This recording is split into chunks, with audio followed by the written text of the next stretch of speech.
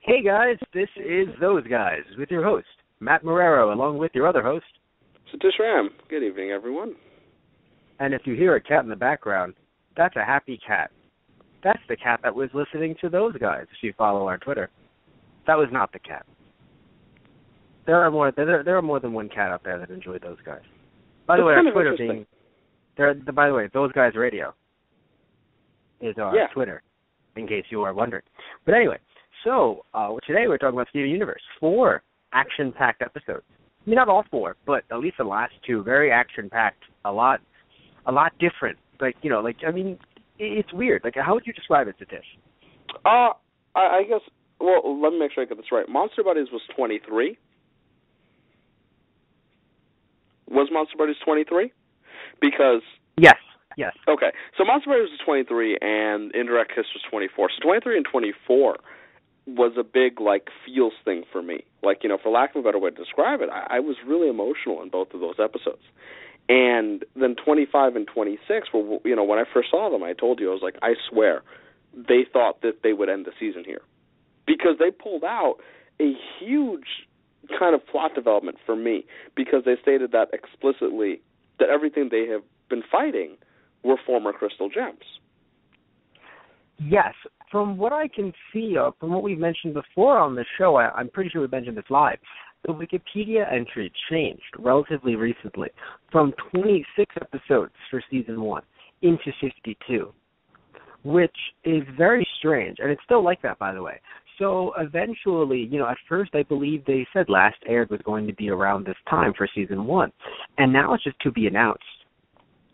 And people are confused, at least I know I am, because it went from, it's going to be 26 episodes into immediate 52, right? Now all of a sudden we're thinking, but, if you look at the 25 and 26, and they're actually a two-parter.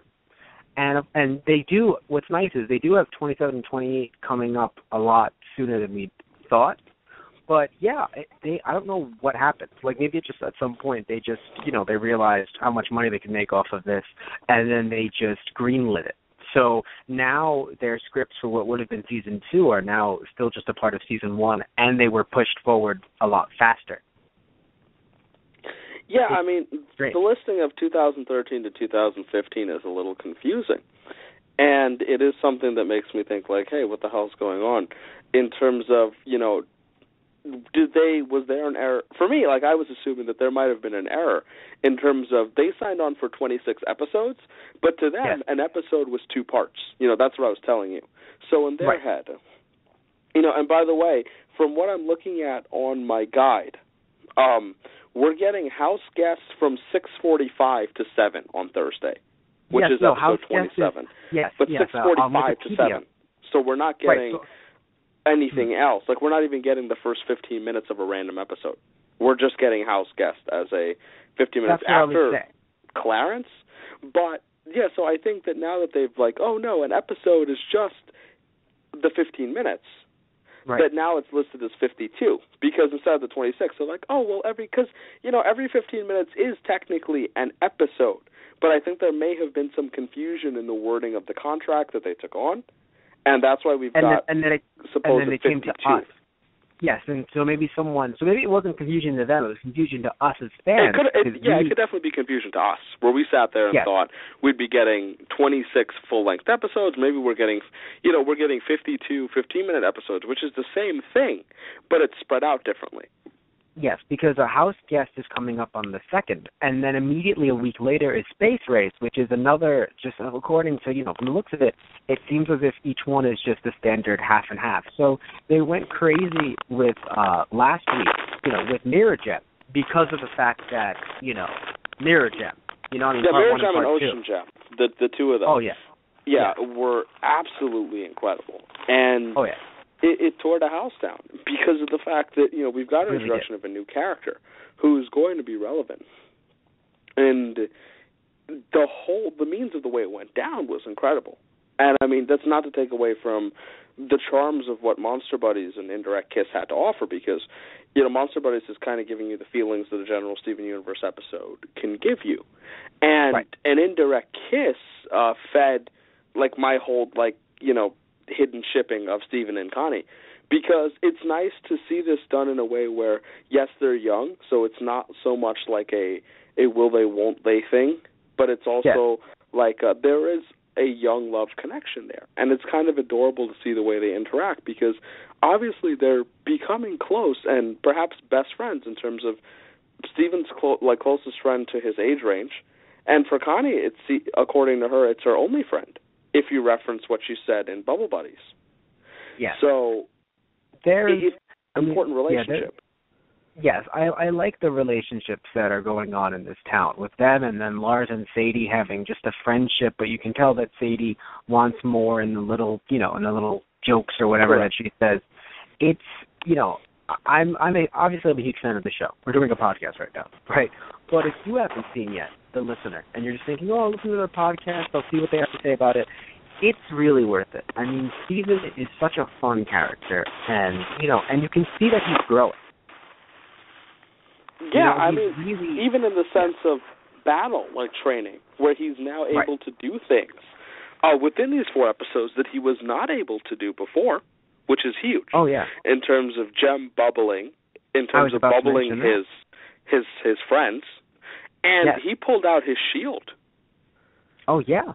No, I mean, I think it's great that, speaking of, since we always talk about episodes in order, we jumped to 23, and it's just, he can bubble now. And the fact that he tried to befriend one of these monsters, quote-unquote monsters, which was really interesting because, you sit there and you think, oh, it's just Steven. Steven is always, that's what Steven does. But the fact that it actually worked, I think. Or be close to, in the sense that... Yeah, it did. And what, so watching Monster Buddies, I rewatched it after watching Ocean Gem and Mirror Gem because of the fact of one really key plot point.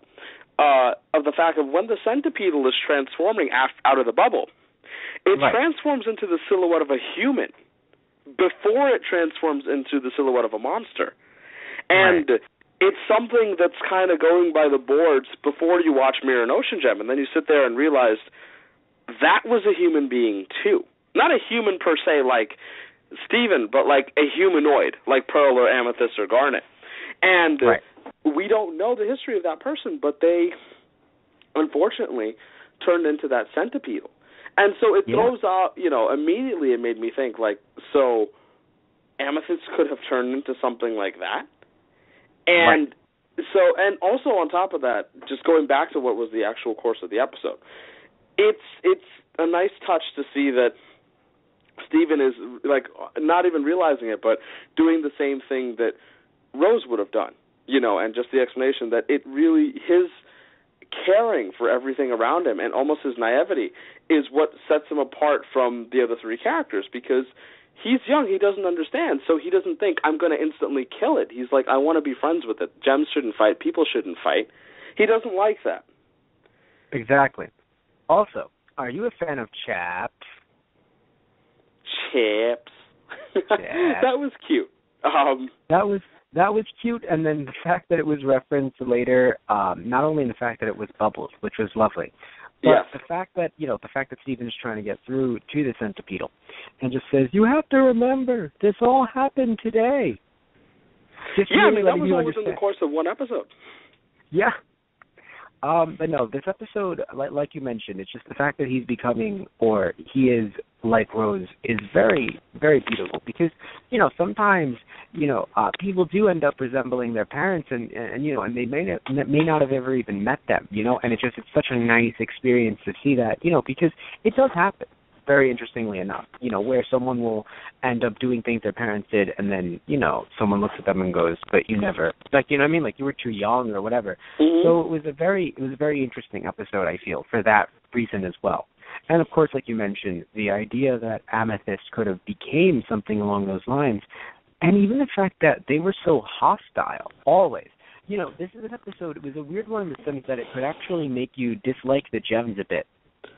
Well, I think it foreshadows something, in terms of, and it also shows the contrast again between Steven and the Gems, because he immediately wants to give everything a chance, and then you've got the second that the little centipede, even though he knew he had trained it, went on edge, they all wanted to attack it. And exactly. it was almost scary because, of course, we have the benefit of watching everything in slow motion and not being in an actual moment. So we sit there like, no, it doesn't seem like it actually wants to hurt anybody. And, of course, in the moment for them, their primary objective is protecting Steven. So they think they need to get rid of it immediately. But the violence and the level of that is starkly in contrast to something like Steven, where even when you look at him being able to tap into his gem powers, like if we're just fast-forwarding a little to Ocean Gem, he's got a shield. He doesn't necessarily have a weapon. He has a shield. So he's not even violent per se when he's able to do that. So he doesn't seem like he's ever going to be a character that wants to fight per se. True. Which is, that's why I like Steven, because of the fact that he's just able to, be Steven. It's really hard to, just the fact that he's just such a, and it's great because I think at first, a lot of people were saying, bad things about Steven because, it's like, why is this child acting like a child in my children's show, right? But, fairly accurate, strangely enough. But now I think it's hopefully becoming the idea that, Steven is a peacekeeper, really. Where, the gems, having been corrupted in the sense that the way people are when they get older. It's just monster, kill it. It's weird because you can't particularly blame them because especially in the name of protecting Steven, they would rather shoot first than have to answer to, in their own minds, why Steven was hurt or damaged, Exactly. And you could see that early on in the episode when the centipedal is first out and Steven's just talking to it. And Pearl jumps in and she's like, if that thing hurt you, I swear I will. And he's like, no, it's fine. And it's just it's very interesting. Yeah, what's very interesting when they're hurt. Well, when they're doing Steven's hurt. Right, and we've seen this before, but it really, I think, hit home in these last few episodes, or at least in Monster Buddies, that they literally think of him as a prince in their eyes. Mm-hmm. The idea that it's just protect the prince at all, protect the master at all costs, and from anything and everything, to where, and you notice that mostly in, I believe it was episode 24. No, I'm sorry, 25. Where it was just the idea that, school. What is school? Mm-hmm. Right? So you notice that because it's like, it really dawned on you. Like, I thought we've never seen Steven in a classroom because it's not interesting in this story. For this specific but he's narrative. Never been to school. Yeah. Which is extremely interesting because, again, he's never learned many of the things that, which is kind of shitty in a way because, I know it was Steven's own sadness where he brought up in 24, what if I never have any powers? But it dawned on me now that we just brought it up like this. What if he actually had to live in the real world and he knew nothing? I'm not sure what you're getting at. What if he actually didn't have any, in other words, he could never unlock his powers. He has to live as a mortal. Never went to school. Not even elementary school. Well, the gems don't consider that an option. Because, remember, the gems aren't 80. They're hundreds of years old. No, of course. I'm just saying it's kind of, in a way, I don't say funny, but the idea of just, so Steven never unlocked his powers.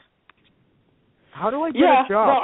It's also that, there's definitely, it's a risk. It's a calculated risk.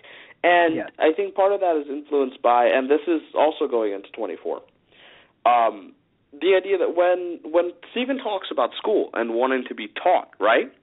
Pearl offers him the mirror, and the mirror is significant only for gem culture, which is, it implies that she doesn't place much importance on mortal knowledge, but rather on gem culture and gem history. And that's why they would argue, I think, that they wouldn't want to put him in school because they want him to learn about gem culture, gem usage, and stuff like that. Because that mirror could only provide gem knowledge. And that's why she gave it to him, because she thought this will teach him everything he needs.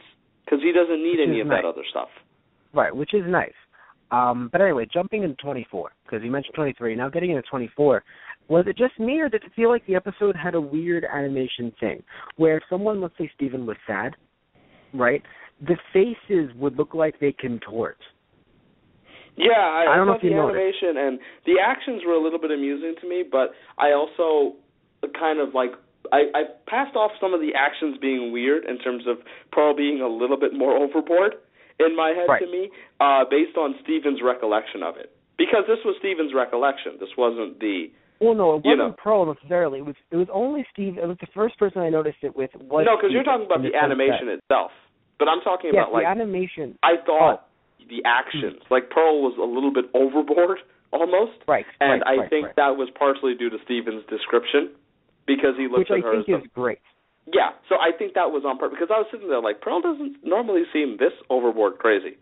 And after when, Steven did the whole line with Pearl, I was like, oh, he may have, recollected it in a very overdramatic way for Pearl. Yeah. But...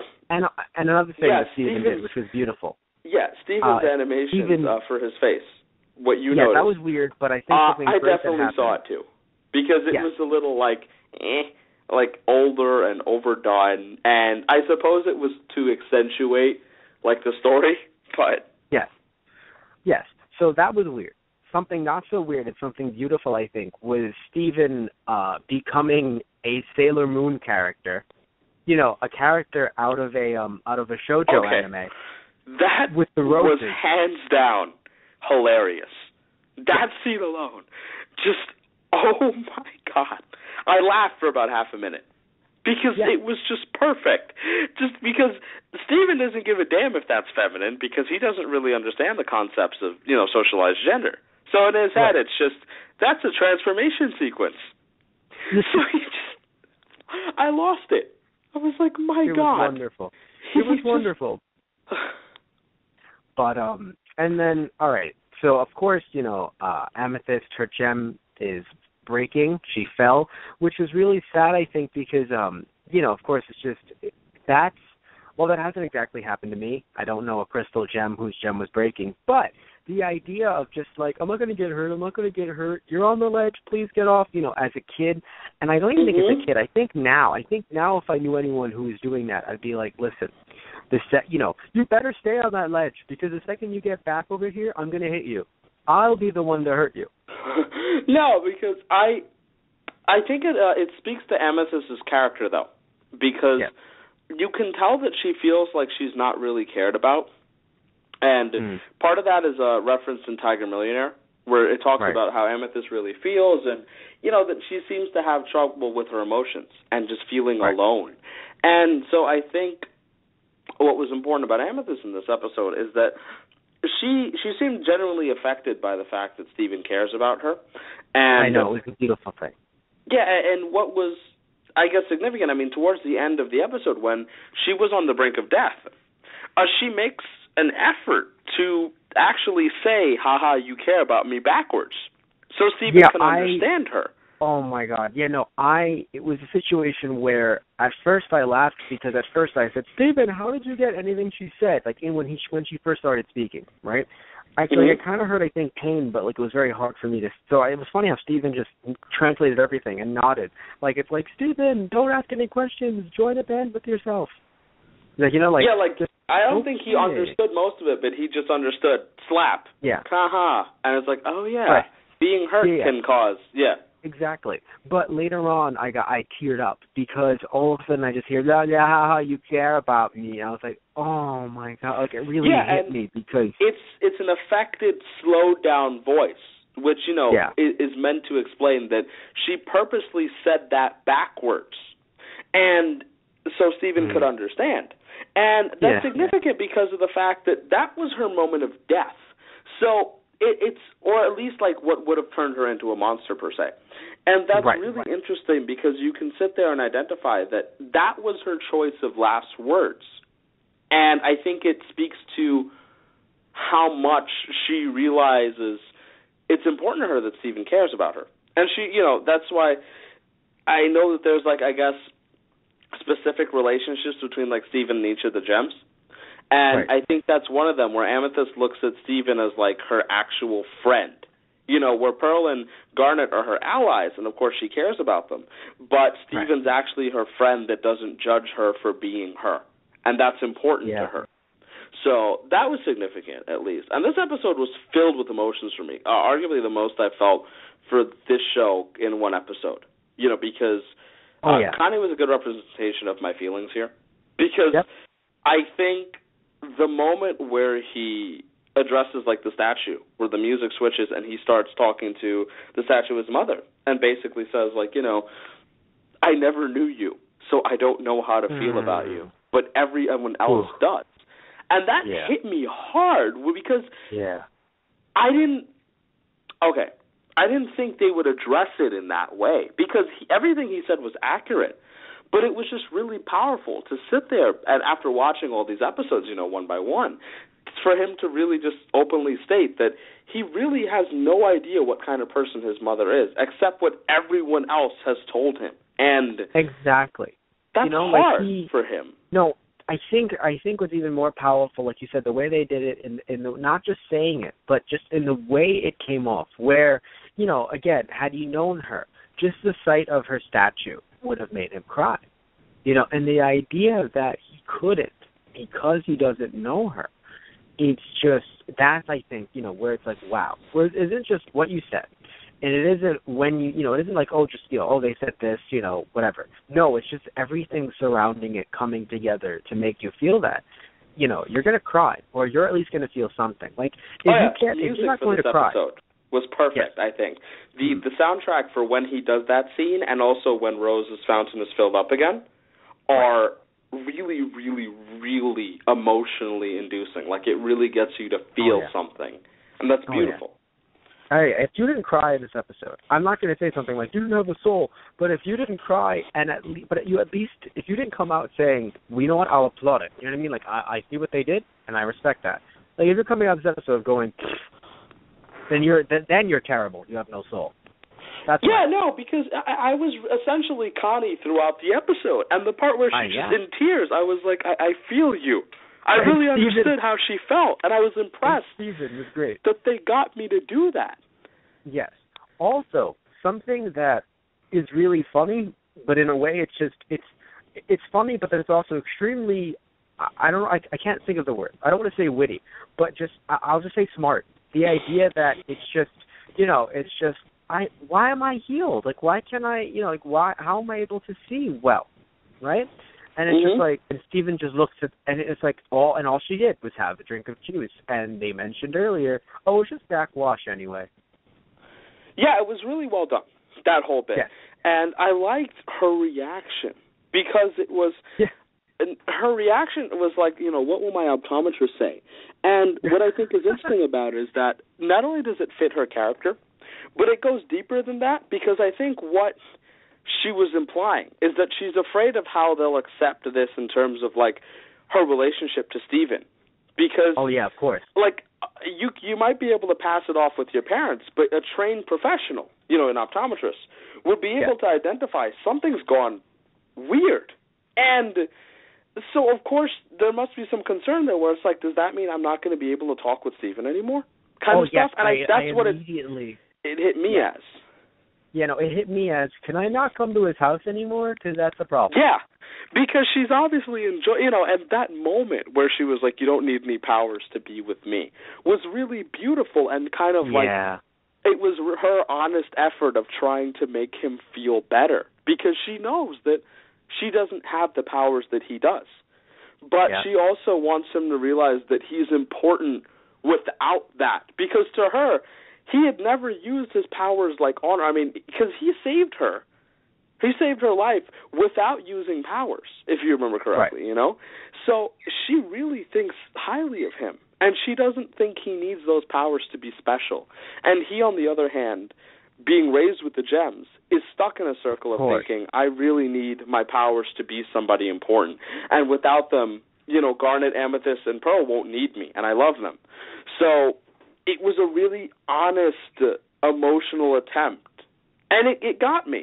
That whole ending part really got me. Yeah, it's just insane. I don't have words to explain it, honestly. I mean, not only have you said everything, but the fact that it's just, this episode was such a beautiful one. And in theory, what's interesting is this also could have been a season finale type situation, I feel. The idea of Steven overcoming and understanding himself. Like, if we didn't get 25 and 26, I wouldn't have felt as if this was lacking in any way. See, I was really into Indirect Kiss. I liked Monster Buddies, but an Indirect Kiss was a big thing for me. So I sat there thinking, like, hey, yeah, I felt really satisfied. So going into the Ocean Gem Mirror Gem, I had no idea what to expect. And it didn't need to blow me out of the water because I had liked the others so much. But then they did. Exactly. Yeah. Just jumping into them right now, we start 25. What's very funny to me, I think, is that we end up having a Lars Sadie continuity thing with Steven, which was really nice. Because I think this show, of course, good shows have that, at least slightly. They have something added. Even something like Space Dandy, which we love, that is very episodic, always has something that, carries on to the next episode. Very rare, it's not as if they just forgot everything and then started over. They'll forget major things like everyone dying, but that's just for humor's sake. So it's good to have, things carry over in the sense that it's just, I want beach bays, and of course Sadie laughing, and eventually, after saying it way too many times and being very serious about it, she basically says, hey, stop it. Yeah, because, she even throws a quip back at him. Right. Just like, hey, maybe I'll find someone too, huh? And it just didn't affect him. And he was just like, yeah, next time you see me, I'll be on the arms of a hot woman. And she's like, that's it. Yeah, that's basically. It was overkill, and I laughed, because he's still oblivious to the fact that she likes him. Yes. Also, I really enjoy the mirror, of course being Lapis at the end, but I really enjoy the mirror. At this point, it's a mirror. The fact that, she really does want to help Steven. Because there's a certain point where, during the episode, where you might think, is she lying, right, to whatever. But, in the beginning, she had no reason to lie. Arguably so, it was just to get to trust him. Like, oh, I'm going to help him get me out. But when she was released, she never really did anything to, actually be mean, which was very interesting. Like, in other words, in this series, we can actually, from the looks of it anyway, hopefully, maybe it's too much Gravity Falls we've been watching, but we can take it at face value that Lapis was just really nice and just trying to get home. Yeah, no, you can, Steven says something like himself where he's like, I understand the importance of home. And that's it too, where it's like she doesn't feel like she belongs on Earth. So that's one thing. But on top of that, she was essentially, from what we've been explained, and that if we're to believe her, and it wasn't denied, the gems knew she was in there. Because Pearl states explicitly, how was I supposed to know the gem trapped in there was so powerful? She knew that there was a gem trapped in there. And so I think it maybe was a weird twist. It's weird. It makes us, it definitely made me kind of double take now when I look at the crystal gems. I'm starting to hesitate, to wonder what's really going on. Yeah, my positive nature just says maybe there's a chance that, again, they've become jaded. Especially when you lose someone like Rose, you become jaded. So I'm hoping it's that, where it's just, well, there's a gem trapped inside there. Obviously, it's because bad things have happened with it. What about if maybe someone trapped it in there when, like bad people trapped it in there? Well, let's not try and find out, shall we? And, that right there just makes you think. My thing, I suppose, is that if I'm going to throw out my theory based on the 2 episodes, it seems very obvious that the crystal gems are not from Earth. And that the 3 that we're introduced to, and by extension Rose Quartz, are the only ones who may believe in humanity and Earth.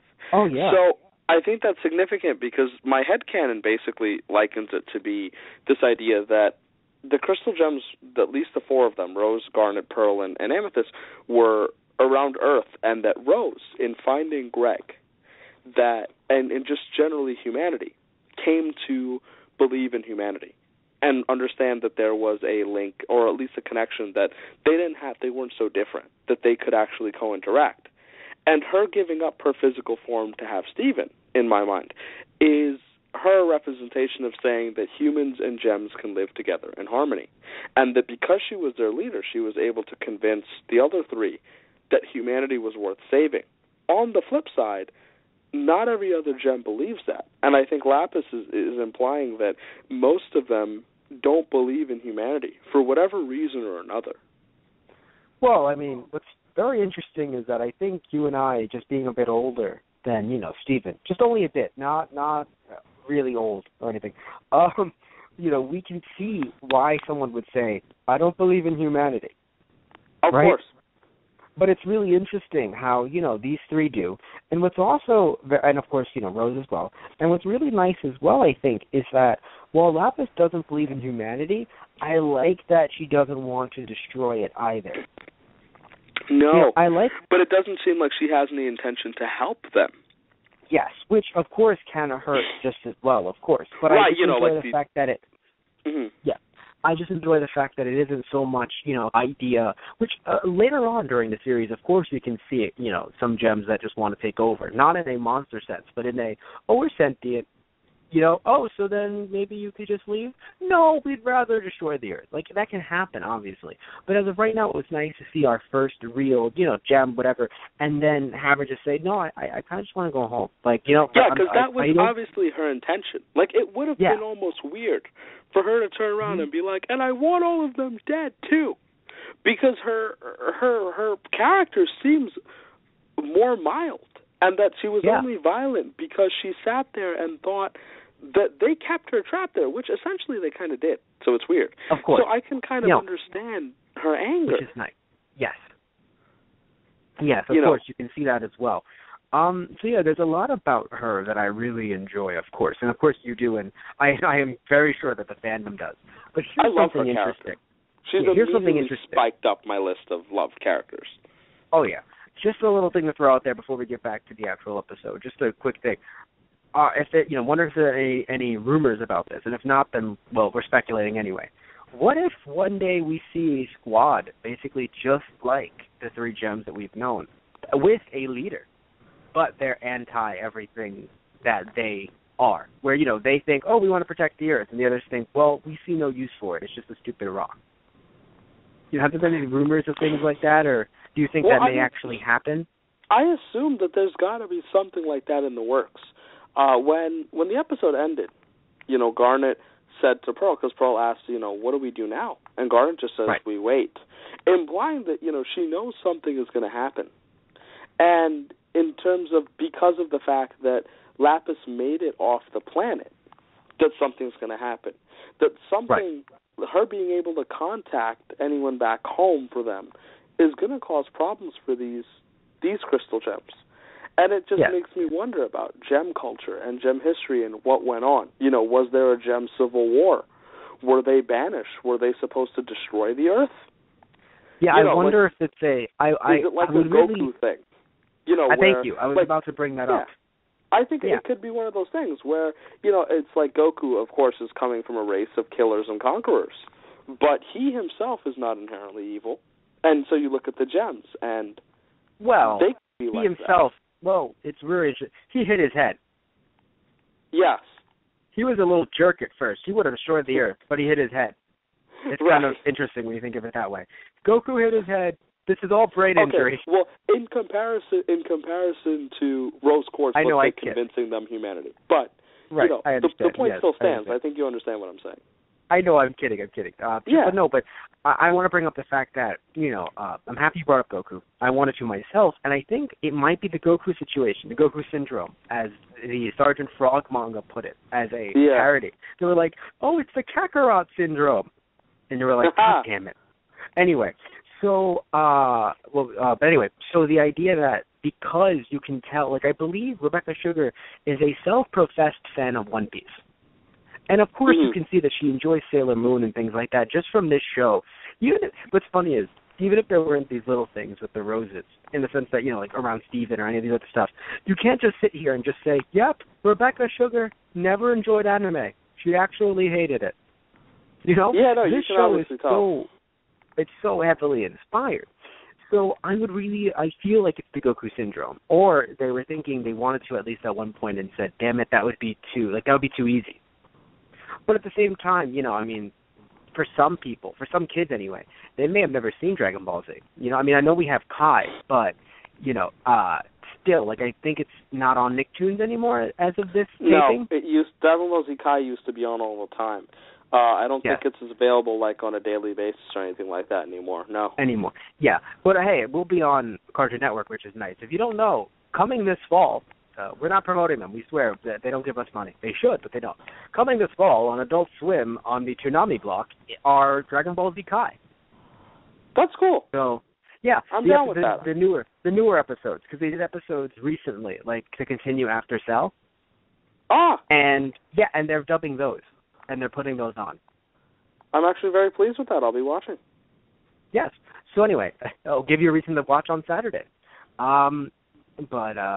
So this episode was great. I think another thing that was very interesting, something that was beautiful, was that Steven referenced Michael Jackson. Yeah. I just sat there. So hard. I thought, why? I was like, why are you doing this? And then, of course, mentioning the idea that, that the mirror wants to, Lapis wants to save Steven. The fact that, again, you have the Mayor Dewey in the truck, and it's just, hey, Mayor Dewey's a dick, isn't he? He really is. What's interesting is I thought that the mirror was actually going to go for more of like, replaying what he said to the crowd. Yeah. Then again, I recently read something called Mao Juvenile Remix, MAOH, which is a manga, which you should definitely look into. Everyone listening, all 5 of you, should definitely read it. It's a very fun manga, and it kind of has situations like that where it's just, how can I turn this crowd against this guy who is like a leader giving a speech but trying to, turn Japan into blah, blah, blah, right? Very interesting stuff. So, yeah, I thought it was going to be something along those lines. It's like, nope, fart noises. But done so well. It was funny. I can't even get mad. No, it was done so well, and I think that's the interesting thing, where it wasn't just, oh yeah, fart noises. Like, I feel like someone said that at first. Like, that's how I was at first. I was like, oh, fart noises. But then all of a sudden, it just turned into, again, they really cared about this joke. So you can, even some of the stupidest things in the world, if you can tell that someone has a passion and they care, and it really comes out. The script was catered to the point where even you and I were sitting there like, that's kind of funny. Exactly. That's pretty funny. It was. And it's just great because, again, of course, Mayor Dewey completely not understanding, which is also a nice thing because, now, I don't know about you, but a flashback to me when I was a kid, adults would just do that all the time. Yeah. And, like, adults would just say things where it's just like, they're like, it's like that what she said, that's what she said jokes. I was saying that, yeah. The long, hard rod of justice, and everyone's laughing. It's like, no, I'm talking about the flagpole. Yeah, no, it's like stuff like that where you sit there and it's like, are we not using phrasing anymore? Kind of thing. Right. And, it's just funny because, of course, Archer means it in more of a, in a sexual sense. But it just, the phrasing was begging for it. I couldn't be mad at Steven. And I loved him. You got a lot of mileage out of that joke for a mirror. And what's even better, by the way, not only did was it there and we were able to laugh, the crowd was getting in on it. Because they thought it was funny too. Because you know what, he's just making fart jokes without realizing it, and in the background, the mirror is just making it for him. So Yeah. Oh man, but another thing, by the way, which it's weird how kind of Lapis turned out to be a bit nicer than we thought, but and I mean this only because of the way the scene worked and the way the animation looked, but. And I liked this at first, so it's weird to see it, now in a different context. The idea of when the gems see that the mirror is speaking back to Steven, and they all look like, like Freddy's back. You know what I mean? Like Jason just got out of the water, and he's Michael Myers is not dead. I can go on for a while. The doll is still alive. So the idea, the gingerbread man, the idea that, it's like, guys.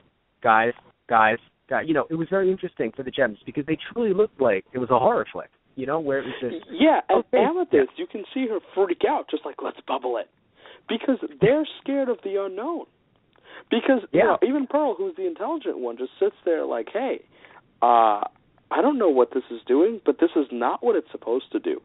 We need to get this away. And go ahead. No, I was going to say another strange reference, which not that strange because an anime reference is Bleach as well, where now you mentioned the unknown. The idea that, Soul Society was completely untouched and was completely fine with doing extremely barbaric things, but again, at the name of, ritual, this is how we do it, this is what we do, until a man named Ichigo Kurosaki steps into their world. Right. And immediately changed the game up and really kind of made them understand that, things are a bit different and changing things. You can see this a bit with now Steven and the Gems, where the Gems have been changed with Rose, but they would definitely be a lot better off, if you will, if Rose was still around. Which I hate to say, because of course, we have our lovely Steven, and of course we have our lovely story. But I do believe you have the idea that Rose is this compassionate character. And that's significant because you sit there and look at Steven being the incomplete, compassionate side to that team. Yes. Also, another thing, and this is, of course, if they, want to use this series for complete money, which they should in this sense. It's a cash cow. It's cash in. Please do. Mm-hmm. The idea that they can use a sequel story with Rose and kind of just have their, nice little adventures. A sequel story? A prequel. I said the word prequel, but I believe future that they're back in the past. That confused me, but I do understand. Yeah, no, the idea of a prequel or an origin story, I think, would be incredible. And I do think they won't bite on that, but what they will is actually explain it as the series goes along, which, of course, nobody will blame them for. Well, from what I've heard, I am not a fan of the show Adventure Time, but from what I've heard, they do a lot of episodes that end up being, not, flashbacks. So they could do that here. Where, think about it, right? Let's go to the Wikipedia again, shall we? Because I said it once and I'll say it again. Well, Rebecca Sugar worked on Adventure Time. Yes, I know, yeah. I thought you still did, but I know, that's why I mentioned Adventure Time specifically. So both seasons have 52 episodes. That's a combined 104 episodes, or 104 shorts, if you will. That's a lot to work with. Mm-hmm. To the point where they can literally just say, hey, listen, we're dedicating a month to Rose, flashbacks. And everyone will go, I guess, what can we do, Right? Well, I don't think anyone will complain about that. Yeah, right. Oh, well, darn it. I guess this is what we're doing. Oh, shoot. No one's going to complain. But, there was just a lot of good in episode 25. And of course, seeing... Lapis, I think, was just she's just such a nice character design as well, I think. Oh, yeah, no, and one of the interesting things about her character design, by the way, did you notice her eyes? Yes. So when she was first, came out, her eyes were mirrors. And that was really interesting because when Steven healed her, she actually got eyes. I see that. There we go. Okay. Yeah, so when she first came out, they were mirrors. And as soon as he healed her, they became light blue eyes. And it was just, I don't know what significance that is. But it really meant something, Well, I would argue the significance is the fact that, first off, I feel like it's like, oh, see, they're not so different. Kind of like in Monster Buddies. 2, the idea that, her gem was cracked, a bit like when Amethyst, So we don't know what Amethyst would have became, but it could have been some weird stringy monster. Yeah, we don't know. Which is interesting. Yeah. So that's the thing. She could have been. So in this case, you can tell that she was, her eyes are like mirrors because she was she was trapped in a mirror, but she also could have became part of it, if you will. But then all of a sudden she's healed, and it's just, she's human. But of course the blue eyes because water. But very, very interesting there. Happy that you caught that. For some reason, I did not catch that. And I don't know. Oh, I know why I didn't catch it. I was too busy focusing on her water wings, which were awesome, which is a weird sentence. Because absolutely beautiful. Yes. But yeah, I love her design just because it's just something about it is just so aesthetically pleasing. Yeah, I don't know what the voice acting was really nice, too, where it just fit her really well. I mean, it just... Yes. And I loved, whoever the voice actress is, I loved her ability to switch from We're on 26, by the way. Yeah. Mm-hmm. Hi, I'm Lapis Lazuli. to the whole, like, you three knew I was trapped there. And I was like, hi, okay, yes. I'm really intrigued about what's going on here. Yeah, I was really happy with her as well, where I didn't, because, I'm not saying I wasn't going to be, I just didn't know what to expect. So what I got was just such a, like we mentioned earlier, such a season finale type situation. Mm-hmm. Where, yeah, I mean, when I saw this, I was freaking out with you. I was trying to get you to watch it for like a week. Yes. I was unable to for a week. But yes, but it's just very interesting. This whole everything. Because now I wonder what the next episode is going to be. I'm actually very, very, very excited. Well, it will be house guest. Well, no, I mean like what it's going to entail. Because of course it might say some, like what is it? Let us check what it says exactly. It's going to be filler. Greg injures his leg and he has to live with the gems for a bit while he's hurt. That's so what Steven I'm saying. and Greg get some, but it's not filler in the sense that it'll be useless because it'll give some backstory, or at least some, a little bit more to the whole Steven and his father situation. We can find out more about how he feels about the gems taking him on the missions or whatever it may be. I know. It's really, it's just a beautiful thing. Like, I really enjoy this show, and I mentioned I can't wait to see what's next because, we had something like that. So it really makes you sit there and just go, damn, like, what else can we get here? And it's filler, but, of course, like you mentioned, there's a lot that could happen. I mean, look at Gravity Falls filler, and you'll see that episodes that we think might be filler aren't, or episodes that are filler have some really nice character depth. Also, the actress who played Lapis is Jennifer Paz, who, it's strange, I have not found much on her. I've gone on IMDb, but they have not updated her recent role. So I don't know if it's the same Jennifer Paz. I don't know how many of Jennifer Paz's may exist. For all I know, hundreds, if not thousands, if not two. I don't think there are many. It's a name. It's just, I don't think there are many. But yeah, so now being on episode 26, because hey, guess what? We're reaching the end of our show. I was very surprised that the episodes overarched. Like there was a story. Of course, they aired on the same night, but still, the fact that they aired on the same night and they were able to kind of weave into a big thing was nice. Garnet was hilarious. Immediately the song gets put on. Music gets put on in the van. What do you think, Garnet? Proceeds to roll out of car. That was really underrated as a funny moment, I think. Because and then right after you see her at the top of the van, like not on the roof, like this. bucket. Yeah. Oh my God. But that's the thing about Garnet that I really enjoy, where there's a lot more to her than we're shown, and it's just but it's so quick. Where the idea that Steven slaps her hand away in episode 25, and then accidentally slaps her glasses off, and you see the anger on her face, and she's like, "That boy's in trouble." He's gonna get. Oh, he was grounded. It's like, you're grounded. So it was just very interesting. And then all of a sudden from that, you see in this moment, it's like, what do you think? Proceeds to roll out of car. That's all I can say. Mm-hmm. And then of course we get the fight scene, which was something that I did not see coming. I don't know about you, but I did not expect the fight scene, nor did I expect one to be that long. I think what was impressive about it for me, because no, I didn't see it coming either, was the extent of Lapis's power. Right. Because she was really put that in perspective, right? The crystal gems, it's 4 of them, because even if you include Steven, but at least it's 3 of them, 3 very well trained warriors, right? And then you've got the lion, which does its own little work too.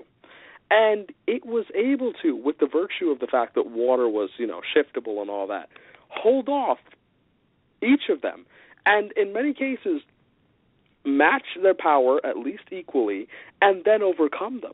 Because, when Garnet fought, they were at equal power, and because it just knocked the crap out of it. Amethyst, it overpowered. Pearl, it ended up being a 2-on-1, and it's just the amount of power that Lapis had while having a broken gem is amazing. What I think we should look at it, the way we should look at it, is the fact that I'm not, okay, you mentioned that the gems that we know are well trained, and I'm not saying that they aren't, but they could just be, like, okay, they're trained well, but that doesn't mean that they're actually good at fighting. And I mean that in the sense that you look at someone like the Doctor, right, in Doctor Who, and the Doctor is very good at doing everything he does, because, hey, he does it every single episode. But he goes against monsters, things that, in theory, aren't at his level. I mean, you compare him to other Time Lords, and the Doctor is actually a pretty bad Time Lord. I mean, I don't know if you know this, I don't know if you're aware of this, Satish, but the Doctor cannot control his regeneration. Also, if you don't know about Doctor Who, anyone listening, the Doctor has the ability to regenerate. So if he's close to death, and I mean death not in a way where, like, he's been exploded. You know what I mean? Like, if you put a bomb under him, he'll die. Like, he's not Wolverine, he's not Deadpool. But the idea that if the Doctor, maybe like he got shot or something like that, or stabbed and something, his cells regenerate, change his form, he will turn into a different-looking man or woman, right? We haven't seen a woman just yet, but it can happen. It's been so that's the explanation of the transition between Doctors we've had so far. Yes. The idea of their generation are his cells actually regenerating and changing his physical form. So, but the thing is, other Doctors, other Time Lords can control what they change into.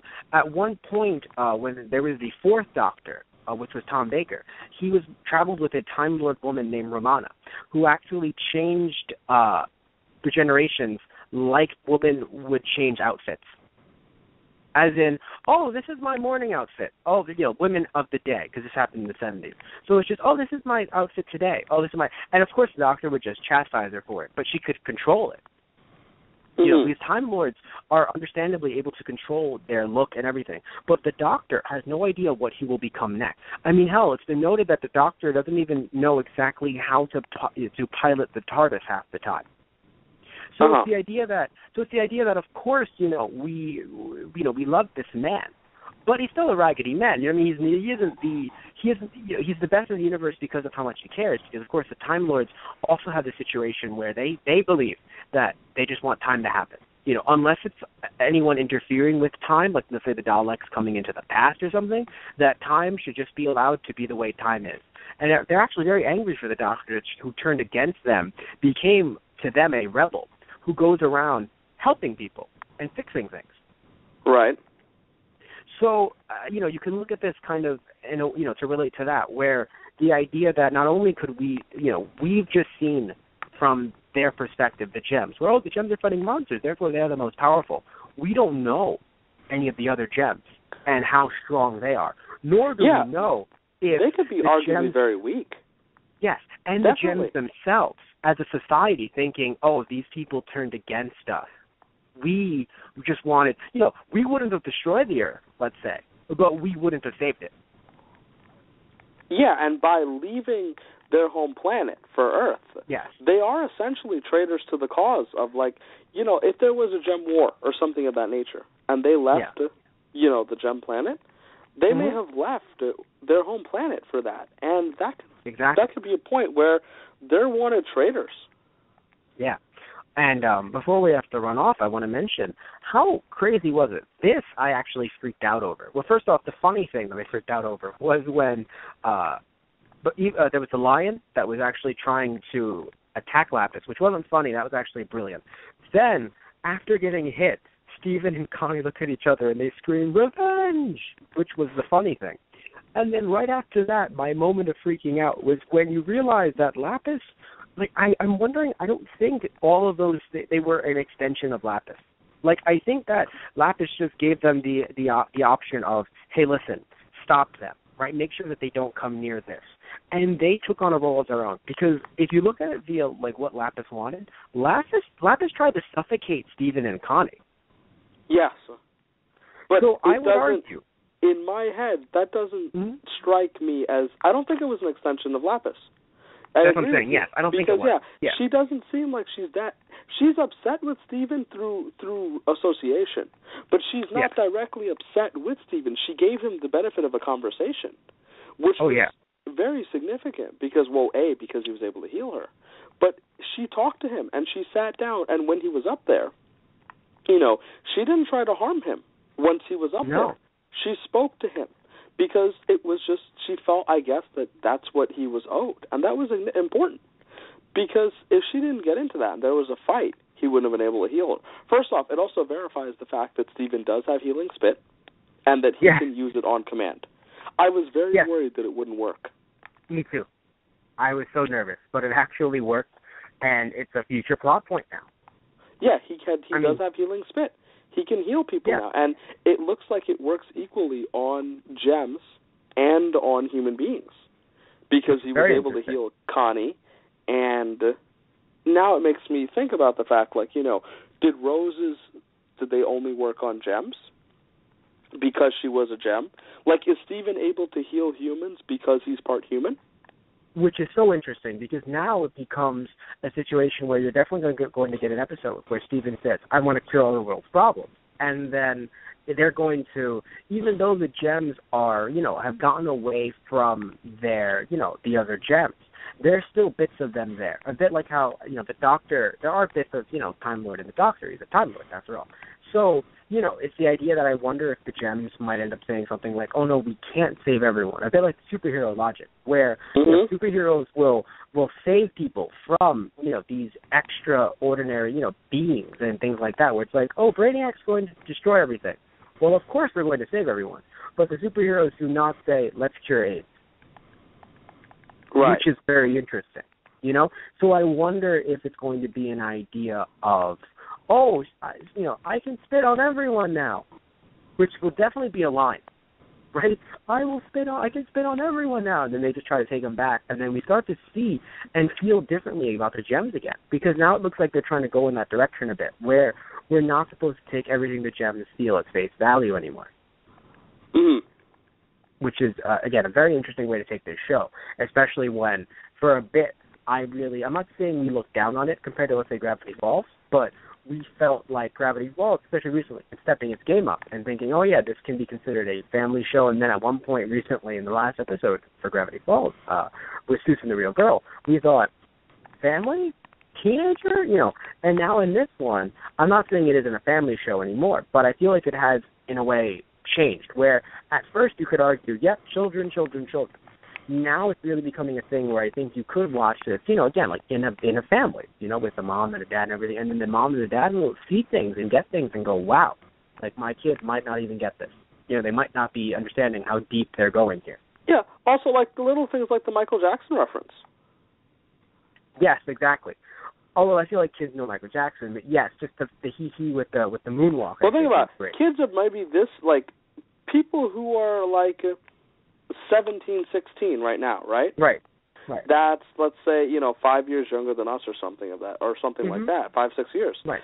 Michael Jackson's been dead for a little while now. Yeah, that's true. I'm not saying that they can't come across his music. I'm just saying that, it's not as easy, because he was still alive when we were growing up. That is true. So we were definitely exposed to it because he was still important in certain things. Yeah, and that's what we're going to have to end this on a Michael Jackson reference. So yes, Michael Jackson reference, everyone. Goodbye. So anyway, we would like to thank you guys for listening to Those Guys. And, of course, we would like to mention that we have ourselves a Facebook, if you didn't know, Those Guys on the Radio, or just Those Guys, where we post our episodes. We also have a Twitter, as I mentioned before, Those Guys Radio, where we post our episodes as well as funny cat pictures. We have ourselves a Gmail, thoseguysontheradio@gmail.com, where you can send us emails regarding any product or company that you want us to promote. Legal, by the way. And, of course, if you want to suggest show ideas to us, or if you want to do that on our website, thoseguysontheradio.tumblr.com, you can see our episodes there, suggest show ideas. Thumbs up. And, of course, what shows have we done? Well, there's Steven Universe, there's Gravity Falls, there's WWE related, there are Dragon Ball Z related, Bleach related. Oh, boy, there's more. Gotham, the newest series that is out. So many more, so many things. I've also got my hand on Kirby now, so if any of you want me to do a podcast on Kirby with Matt, I'll let him play, and then we can talk about Kirby, because he plays old Kirby and I've played new Kirby. We're good. Kirby!